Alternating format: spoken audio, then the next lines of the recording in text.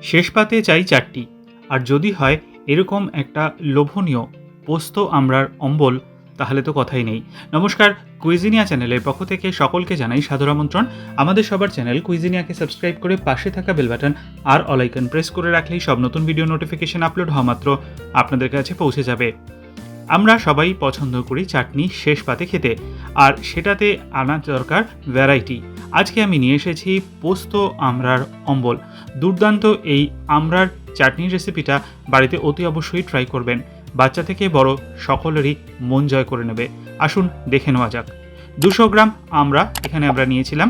4টে মোট বড় সাইজের আমড়া ছিল। আমড়াগুলোর খোসা ফেলে এরকম টুকরো করে কেটে নেওয়া হয়েছে, আর আঠিগুলোকে গোটা রাখা হয়েছে। কড়াইতে নিয়ে নিয়েছি সামান্য একটু সর্ষের তেল। তেলটা গরম হলে 1/4 টিস্পুন কালো সর্ষে আর তার সাথে 2টো শুকনো লঙ্কা ফোড়নে দিয়ে দিলাম। ফোড়নটা যখন ভালো মতো গরম হয়ে যাবে, যখন সর্ষের দানাগুলো ফেটে যাবে, তখন আমরা এর মধ্যে এই আমড়ার টুকরোগুলোকে অ্যাড করে দিচ্ছি। আমড়ার টুকরোগুলো অ্যাড করে মোটামুটি 40 থেকে 45 সেকেন্ড সময় নিয়ে তেলের মধ্যে একটু ভেজে নেব। এরপর এতে দিয়ে দিচ্ছি প্রথমেই স্বাদ অনুযায়ী নুন, আর তারপর দিচ্ছি সামান্য একটু হলুদ গুঁড়ো 1 চিমটি মতো, দিয়ে আবারও 30 থেকে 35 সেকেন্ড মতো সময় নিয়ে একটু হালকা নাড়াচাড়া করে নেওয়া হচ্ছে। আমড়ার টুকরোগুলো আর দরকার নেই ভাজা করার। এবার আমরা এর মধ্যে দিয়ে দিচ্ছি জল।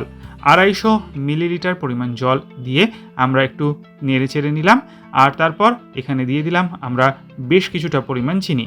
চিনিটা আপনারা আপনাদের পছন্দ অনুযায়ী কতটা টক আছে সেইটা বুঝে দেবেন। এখানে কিন্তু আমি মোটামুটি 1/4 কাপের কাছাকাছি চিনি দিয়েছি। 8 থেকে 10 মিনিট সময় নিয়ে মিডিয়াম টু হাই ফ্লেমে আমরা এটাকে কুক করে নেব, যতক্ষণ নাকি আমড়াগুলো ভালো মতো সেদ্ধ হয়ে যায়। আমড়াগুলো দেখুন এখন কিন্তু প্রায় সেদ্ধ হয়ে এসছে। একটুখানি আমি হাতা দিয়ে খুন্তি দিয়ে একটু ঘেটে দিলাম। এগিয়ে যাব তার আগে মনে করিয়ে দিই আমার নতুন চ্যানেল লাইফ ইজ প্রেশাস, যেখানে জীবনের নানা দিক নিয়ে আমি আপনাদের সাথে আলোচনা করি। চ্যানেলটাকে সাবস্ক্রাইব করতে আজকের ভিডিও ডেসক্রিপশন বক্সের লিঙ্কটা প্লিজ চেক করে নেবেন। আর যদি ভিডিওগুলো ভালো লাগে লাইক, কমেন্ট এবং হ্যাঁ শেয়ার করতে ভুলবেন না যেন। আসুন শুরু করা যাক আবার রেসিপিটি। একটা মিক্সি জারে আমরা নিয়ে নিয়েছি এখানে পোস্ত আমড়ার অম্বলে পোস্ত তো মাস্ট। 4 টিস্পুন পোস্ত এখানে আমরা প্রথমে মিক্সি জারটার মধ্যে নিয়ে নিলাম। এবার আমরা এটাকে শুকনো অবস্থায় প্রথমে গুঁড়ো করে নেব, আর পোস্তটা শুকনো অবস্থায় গুঁড়ো করে নেওয়া হয়ে গেলে এর মধ্যে আমরা দিয়ে দিচ্ছি জল। মোট 1/4 কাপ পরিমাণ জল এখানে আমি কিন্তু অ্যাড করে দিলাম। জলটাকে দেওয়ার পর এই পোস্তটাকে আমরা আরেকবার মিহি করে বেটে নেব, আর এবার এই বাটা পোস্তটাই আমড়ার মধ্যে আমরা দিয়ে দিচ্ছি।